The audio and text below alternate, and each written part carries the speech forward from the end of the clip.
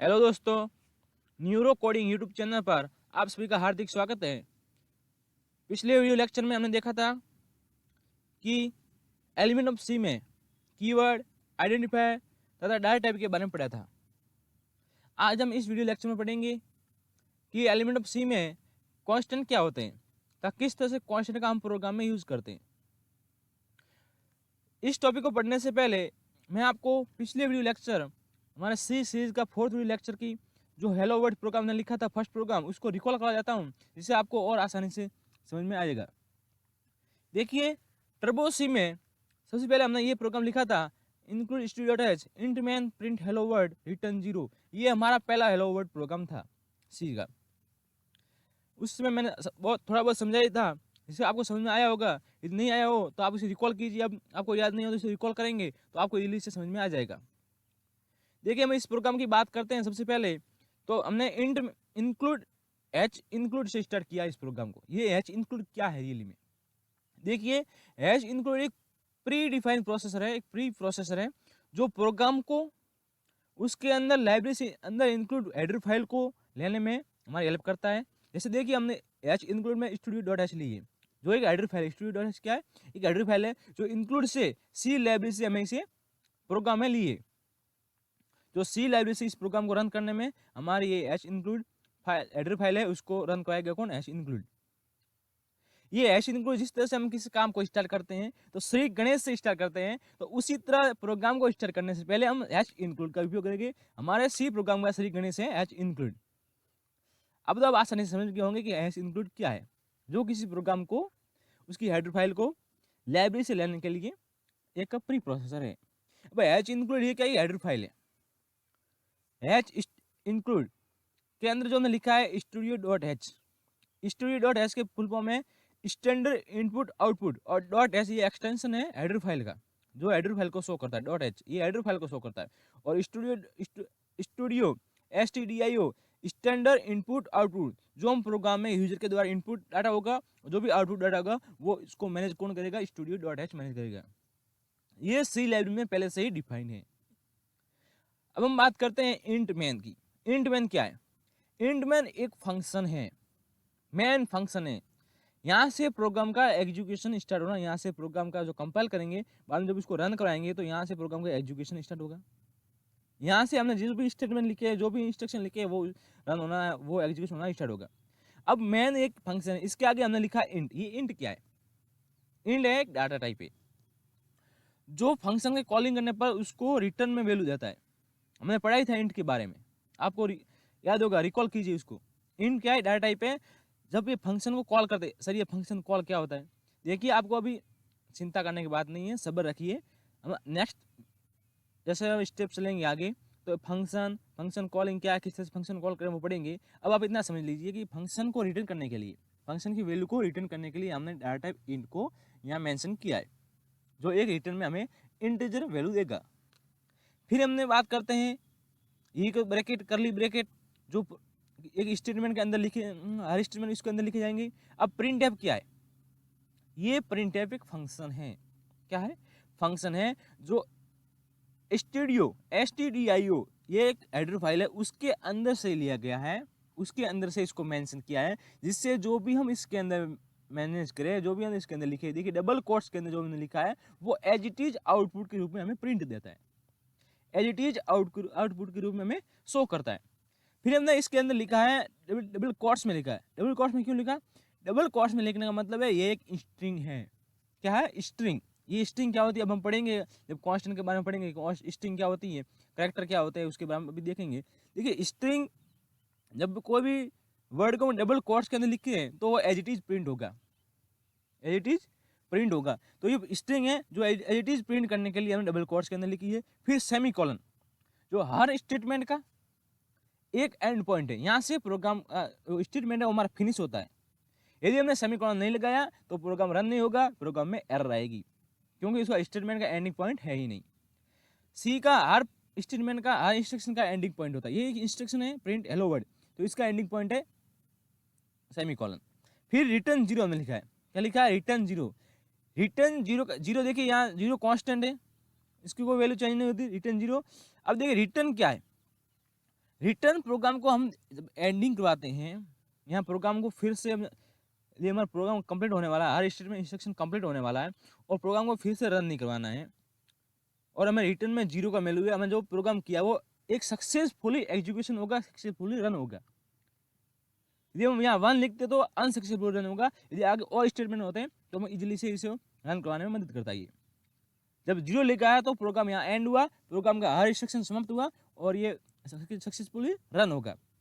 जब आगे और अंदर स्टेटमेंट और फंक्शन लिखेंगे तब आपको रिटर्न की वैल्यू इजीली से समझ में आ जाएगी कि रिटर्न किस तरह से और वर्क करता है। इसलिए हमें आउटपुट देखा था कि किस तरह से हमें आउटपुट दिखता है। देखिए रन करता हूँ मैं यहाँ से और हमारा आउटपुट आता है, ये देखिए विंडो में जाके मैं आउटपुट को चेक करता हूँ, आपको बताता हूँ। देखिए हेलो वर्ल्ड, ये हमारा आउटपुट है इस प्रोग्राम का, ये आउटपुट। इस तरह से इस प्रोग्राम को रन करते हैं। परंतु आपकी चाह थी कि आप बोल रहे थे सर हमें वी स्टूडियो में इस प्रोग्राम को रन करके बताओ किस तरह से वी स्टूडियो में प्रोग्राम को रन करते हैं, तो हम इसी प्रोग्राम को आज वी स्टूडियो में रन कर भी देखेंगे। उससे पहले हम पढ़ लेते हैं कि कांस्टेंट क्या होते हैं, फिर उसको प्रोग्राम को वी स्टूडियो में रन करेंगे तो साथ समझेंगे हमने कहाँ इस प्रोग्राम में कांस्टेंट को यूज़ किया और किस तरह से हम इस वी स्टूडियो में इसको रन करते हैं। चलिए सबसे पहले पढ़ते हैं एलिमेंट ऑफ सी में कांस्टेंट। तो हम शुरू करते हैं एलिमेंट ऑफ सी के बारे में। देखिए एलिमेंट ऑफ सी में कांस्टेंट के बारे में पढ़ रहे हैं तो कांस्टेंट एक 2 टाइप के होते हैं। जो फर्स्ट है न्यूमेरिक कांस्टेंट और सेकंड है कैरेक्टर कांस्टेंट। ये कांस्टेंट के 2 टाइप है। इसमें भी हमने इसे डिवाइड किया है इंटीजर कांस्टेंट और रियल कांस्टेंट में। न्यूमेरिक कांस्टेंट को इंटीजर कांस्टेंट और रियल कांस्टेंट में डिवाइड किया है। तो कैरेक्टर कांस्टेंट को सिंगल कैरेक्टर कांस्टेंट और स्ट्रिंग कांस्टेंट 2 टाइप में इसे भी कैटेगराइज किया है। इंटीजर की हम बात करते हैं तो इंटीजर को हम फिर से 3 टाइप में कैटेगराइज करते हैं। जो हमने बाइनरी नंबर सिस्टम पढ़ते में पढ़ा था कि decimal integer constant, octal integer constant और हेक्साडेसिमल इंटीजर कांस्टेंट, ये 3 टाइप में इंटीजर कांस्टेंट को फिर से डिवाइड करते हैं। ये हम नेक्स्ट पढ़ेंगे। देखिए एग्जाम्पल देखिए इंटीजर कांस्टेंट के 1 2 3 -1 2 3 0, ये सभी इंटीजर कांस्टेंट के एग्जाम्पल हैं। इसमें हमेशा डेसिमल नहीं आता है। इंटीजर कांस्टेंट में हम डेसिमल नहीं लिखते हैं। जब रियल कांस्टेंट की बात करते हैं तो रियल कांस्टेंट में हम डेसिमल वाले सभी नंबर रियल कांस्टेंट में काउंट होंगे। और इंटीजर कैरेक्टर कांस्टेंट में सिंगल कैरेक्टर देखिए, सिंगल कैरेक्टर को हम सिंगल कोट्स में लिखते हैं। जैसे देखिए 5 को हमने सिंगल कोट्स में लिखा है, x को सिंगल कोट्स में लिखा है और a को सिंगल कोट्स में लिखा है। तो जितने भी सिंगल कैरेक्टर कांस्टेंट हैं उनको सिंगल कोट्स में लिखते हैं और हमेशा सिंगल एक ही डिजिट होगी उसके अंदर। एक डिजिट हो सकती है, एक अल्फाबेट हो सकता है, एक स्पेशल कैरेक्टर हो सकता है, परंतु वो सिर्फ एक ही होगा और सिंगल कोट्स के अंदर बंद होगा। जब स्ट्रिंग की बात करते हैं तो हमने पिछले वीडियो में देखा था, अभी जब स्ट्रिंग की बात करते हैं हमने पिछले देखा था प्रिंट एफ के अंदर हमने हेलो वर्ल्ड लिखा था जो डबल कोट्स के अंदर था। वो क्या स्ट्रिंग है। जो देखिए डबल कोट्स के अंदर सभी क्या कहलाते हैं, स्ट्रिंग कहलाती हैं। हेलो वर्ड को हमें जो लिखा वो ये स्ट्रिंग है। देखिए हेलो ये स्ट्रिंग है, 1 2 3 4 5 सभी प्लस की है, डैश है, ये भी स्ट्रिंग है। जितने भी हम वर्ड को, जितने भी शब्द को डबल कोट्स के अंदर लिखेंगे वो स्ट्रिंग में काउंट होगी। अब इन सभी को हम डिटेल में पढ़ते हैं, उनके क्या रूल है लिखने के। देखिए न्यूमेरिक कांस्टेंट में देखिए numeric constant numeric digit, first numeric digit constant है इसमें, और may not have decimal point. इसमें डेसिमल पॉइंट हो भी सकता है और नहीं भी हो सकता है, क्योंकि न्यूमेरिक है, न्यूमेरिक में डेसिमल हो भी सकता है और नहीं भी हो सकता है। इट्स देखिए इसका रूल दिए के डिफाइन करने के rule, at least 1 digit required, 1 digit की रिक्वायर्ड जरूरी है, at least 1 digit. No comma no space allow, नहीं कॉमा होना चाहिए और नहीं स्पेस, इसमें कॉमा अलाउ नहीं है और नो स्पेस है। कैन पॉजिटिव और नेगेटिव, पॉजिटिव भी हो सकता है नेगेटिव हो सकता है, बट डिफ्यूल्ड साइन ऑलवेज पॉजिटिव। यदि मैं आगे साइन मेंशन नहीं करूं तो हमेशा वो पॉजिटिव होगा। यदि मैं आगे माइनस मेंशन करूंगा तो हमेशा वो डिजिट होगा माइनस में होगी।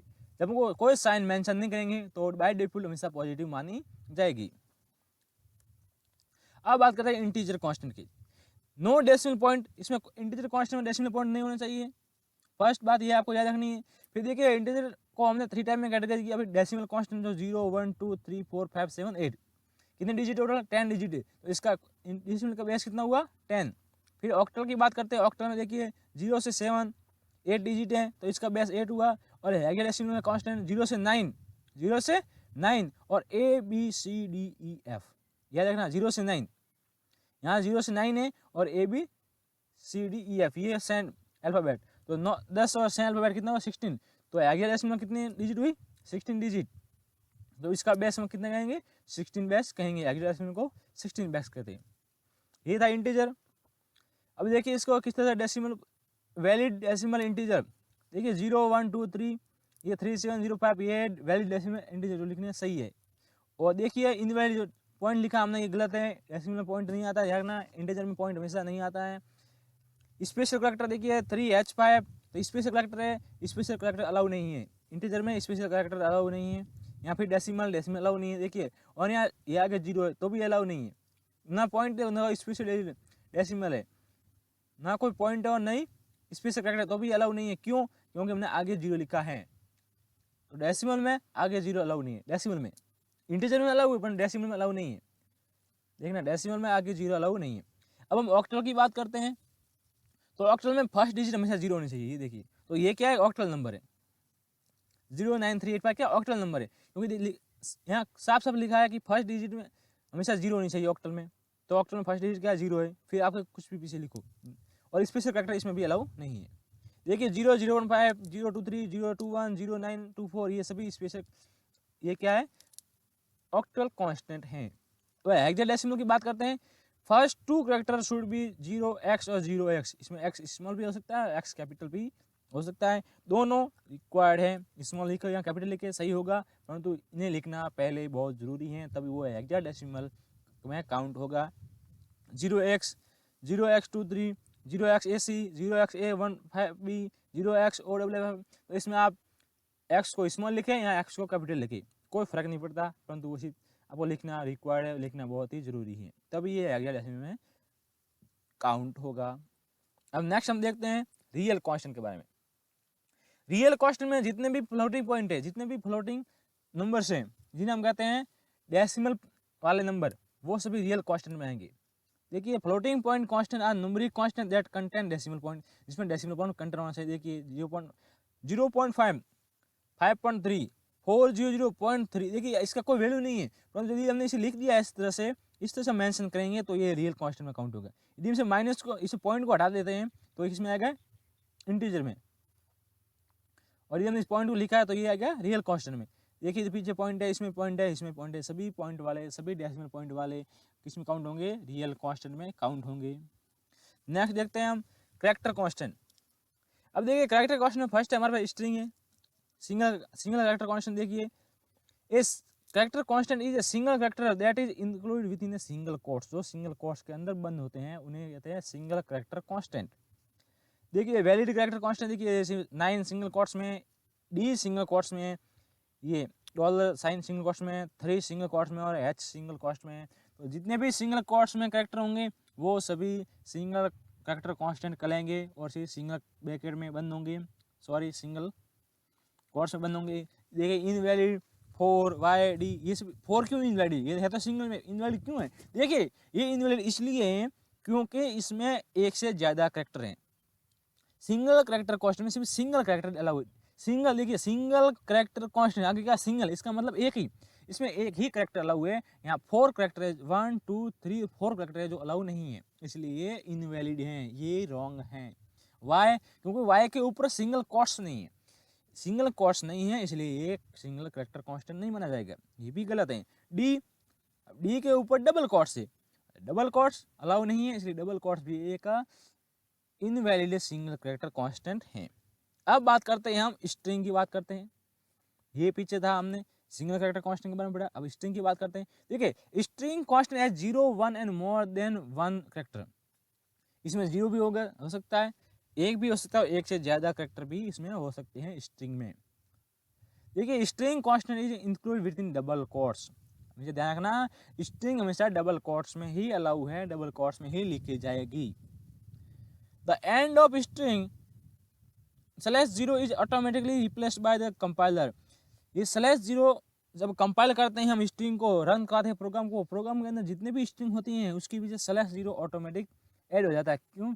क्योंकि /0 खुद को एक अपनी ऑटोमेटिकली मेमोरी साइज को बढ़ाता है स्ट्रिंग की, हमेशा जितने भी वर्ड लिखते हैं उसमें /0 ऑटोमेटिक ऐड होगा, हमें ऐड करने की रिक्वायर्ड नहीं होती हैं। ये हम मेमोरी साइज के बारे में पढ़ेंगे तब आपको समझ आएगा कि /0 क्यों लगता है और इसकी मेमोरी साइज क्या होती है। देखिए कुमार जो डबल कोट्स के अंदर है, 8 स्पेस 7 डबल कोट्स के अंदर है और डबल कोट्स ए, ये सभी स्ट्रिंग कैरेक्टर कांस्टेंट हैं। जो हमने हेलो वर्ड लिखा था वो यही था डबल कोट्स के अंदर जिस तरह कुमार लिखा उस तरह हेलो वर्ल्ड लिखा था डबल कोट्स के अंदर, तो वो एक स्ट्रिंग है जो हमने प्रिंट एफ फंक्शन के अंदर लिखा था। तो इस तरह से आप स्ट्रिंग को कांस्टेंट को लिख सकते हैं, सिंगल लेटर कांस्टेंट को लिख सकेंगे, उनको किस तरह से यूज होगा वो देखेंगे आगे। सबसे पहले आप, और यदि आपको जो भी हमने पढ़ा है इस पर कोई डाउट हो तो आप इस नंबर पर मैसेज कर सकते हो, और हमें इंस्टाग्राम फेसबुक पेज टेलीग्राम पर फॉलो करना मत भूलना। अब हम पढ़ते हैं कि हेलो वर्ल्ड प्रोग्राम को किस तरह से हम वीएस स्टूडियो में रन करें और किस तरह से हमें वो आउटपुट दिखेगा, उसके बारे में पढ़ते हैं। चलो स्टार्ट करते हैं वीएस स्टूडियो से। अब हम वीएस स्टूडियो में हेलो प्रोग्राम को लिखते हैं। देखिए जब माउस के राइट साइड में डायरेक्ट प्रेस करते हैं तो मतलब ऑप्शन आ रहा है ओपन विथ कोड। किसी भी फाइल को वीएस स्टूडियो के साथ ओपन कर सकते हैं, जो मेरा कोडिंग फाइल हो जिसमें हमने कोई भी लिखा है कोड, तो उसको हम डायरेक्ट यहाँ से ओपन कर सकते हैं। देखिए मैं किस तरह से ओपन करता हूँ। ये फाइल है मेरे पास, इसके अंदर मैंने फाइल बनाई है सी सीरीज और हेलो वर्ल्ड। देखिए इसके अंदर कुछ नहीं है, दिस फोल्डर इम्पोर्टी। अब मैं इसके अंदर फाइल को क्रिएट करता हूँ, इसको मैं ओपन करता हूँ, राइट साइड में क्लिक किया और open with code, direct VS code में ये फाइल ओपन होगी।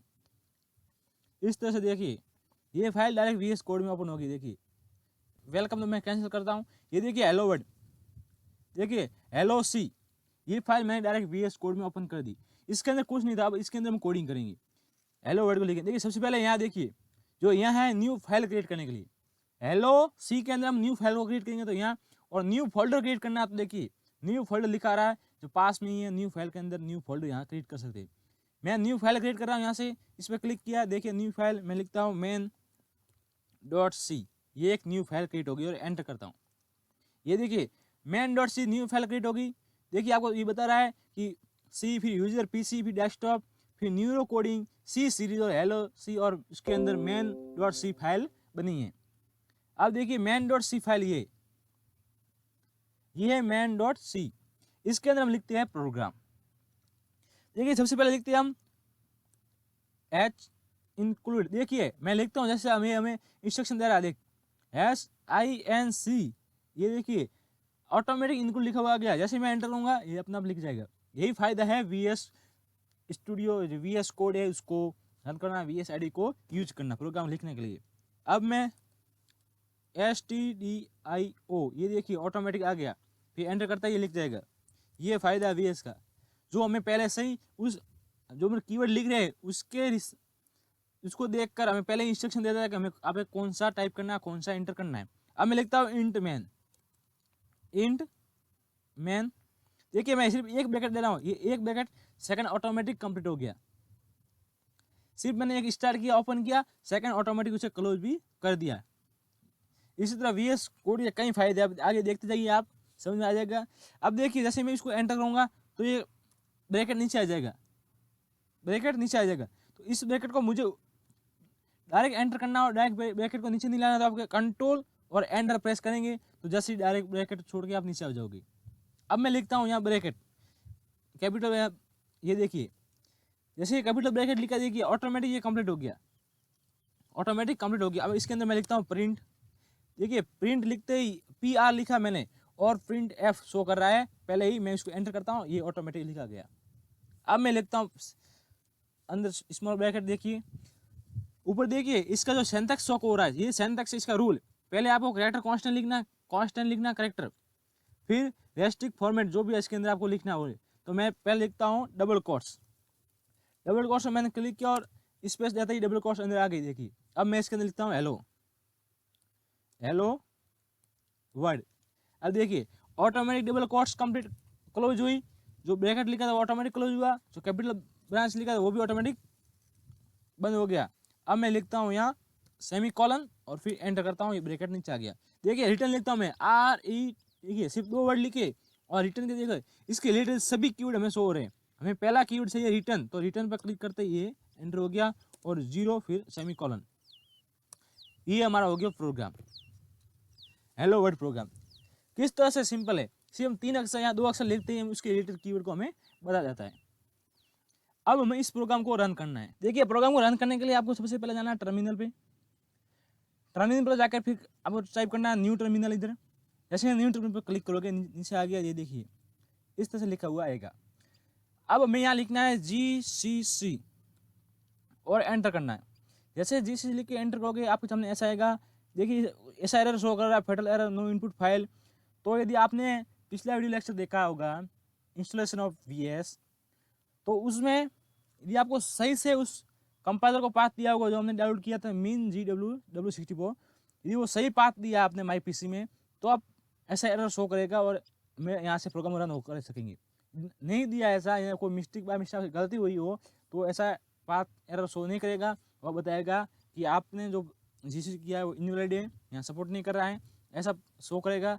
तो यदि ऐसा आपको एरर शो कर रहा है तो आप वापस जाइए और उस पाथ को डिलीट करके फिर से उस पाथ को सही से लेके उस फाइल को यहाँ माई PC में प्रॉपर्टीज में सेव कीजिए, तभी आप इस प्रोग्राम को रन कर पाओगे। अब GCC लिखा ये क्या है, C कंपाइलर को एक्सेस कर रहा है डायरेक्ट माई PC से। अब GCC के बाद हम लिखेंगे अब GCC फिर लिखना है और आपको लिखना है main.c, जो हमने फाइल बनाई है। क्या फाइल बनाई है? main.c, main.c, फिर आपको एंटर करना है। देखिए main.c लिखती है, हमारे यहाँ एक फाइल बनी है a.exe, ये हमारा सॉफ्टवेयर है। क्या कहेंगे इसे? ये हमारा सॉफ्टवेयर जो विंडो में हमेशा .exe फाइल सपोर्ट होती है सॉफ्टवेयर के लिए, इसलिए .exe फाइल बनी है। देखिए a.exe फाइल बनी है। अब हम इसे रन करवाते हैं, अभी रन नहीं हुई है, अभी सॉफ्टवेयर बना, अभी रन होगा सॉफ्टवेयर। इसको रन करने के लिए आपको पहले / लिखना है। क्या लिखना है? / GCC के नीचे लिखना है / अब लिखना है a, जो फाइल का नाम था a, फिर टैब प्रेस करते ही ये ./a.exe, सेम फाइल का नाम a.exe आ गया। अब इंटर करते ही ये प्रिंट हो गया हेलो वर्ल्ड, ये प्रिंट हो गया हेलो वर्ल्ड। देखिए याद रखना, जब आप प्रोग्राम लिखते हैं तो प्रोग्राम लिखने के बाद आपको Ctrl+S से सेव करना है, फिर आपको रन करवाना है, तभी रन होगा, नहीं रन नहीं होगा डायरेक्ट। जो भी प्रोग्राम लिखते हो, जैसे मैंने ये प्रोग्राम लिखा, मैंने Ctrl+S से प्रोग्राम को सेव किया, फिर टर्मिनल पर जाके न्यू टर्मिनल पर जाके इतनी प्रोसेस करने के बाद ये प्रोग्राम रन होगा, डायरेक्ट ये प्रोग्राम रन नहीं होगा। याद रखना, इस तरह से आप VS स्टूडियो में प्रोग्राम को रन कर सकते हैं। अब देखिए ये हेलो वर्ड है, मैं इस हेलो वर्ड को बार बार लिखता हूँ तो देखिए किस तरह इंटरफेस दिखता है हमें। इसको मैं कॉपी कर लेता हूँ, इसे आप शॉर्टकट भी बना सकते हैं कॉपी के लिए। ये मैंने सभी हेलो वर्ड लिख दिए। देखिए इतने सारे, कितने 1 2 3 4 5 6 7। अब इसे हम रन करवाते हैं। GCC में लिख रहा हूँ, GCC लिखने का रिक्वायर्ड नहीं है। यदि आपने एक बार a.exe फाइल बना दी है, यदि आपने a.exe फाइल बना ली है तो अब इसे बार बार GCC लिखने की रिक्वायर्ड नहीं है।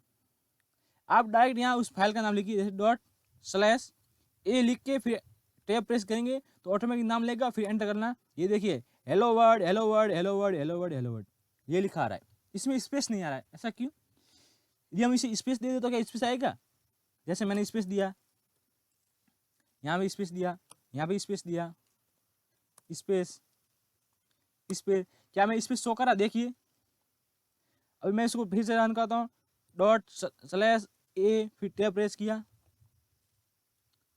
मैं यहाँ रन करता हूँ ./a फिर टैब किया, ये आया। फिर देखिए सेम, इसमें आउटपुट में देखिए और इस आउटपुट में कोई फर्क नहीं है, एज इट इज, दोनों एज इट इज। क्यों? हमने स्पेस दिया तो स्पेस क्यों नहीं आया? तो देखिए जो भी प्रोग्राम लिखते हैं हम उसे स्पेस देने के लिए अलग से कीवर्ड होते हैं, हमारे अलग से वर्ड होते हैं, उनको यूज करना पड़ता है। हम स्पेस देने से वो स्पेस नहीं लेता है। जैसे न्यू लाइन, एक लाइन के नीचे दूसरी लाइन लेनी है तो /n लिखते हैं न्यू लाइन।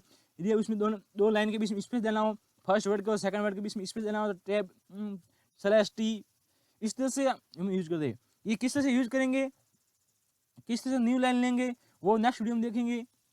आज के लिए इतना ही। यदि आपको वीडियो अच्छा लगा हो तो लाइक करना, चैनल को सब्सक्राइब करना मत भूलना, साथ बेल आइकन को प्रेस कर देना, जिससे नए वीडियो के नोटिफिकेशन आपको मिल सके, हमेशा लगे। तो याद रखिए, हमने हेलो वर्ड तो लिख दिया है, अब आप उसे कुछ और नया करने की कोशिश कीजिए। हेलो वर्ड की जगह दूसरा वर्ड कुछ लिखिए, कई सारे लिखिए और अलग अलग तरह के लिखेंगे। आप प्रिंट करने की कोशिश करोगे तो आपको और अच्छा रिजल्ट मिलेगा। Thank you, have a nice day.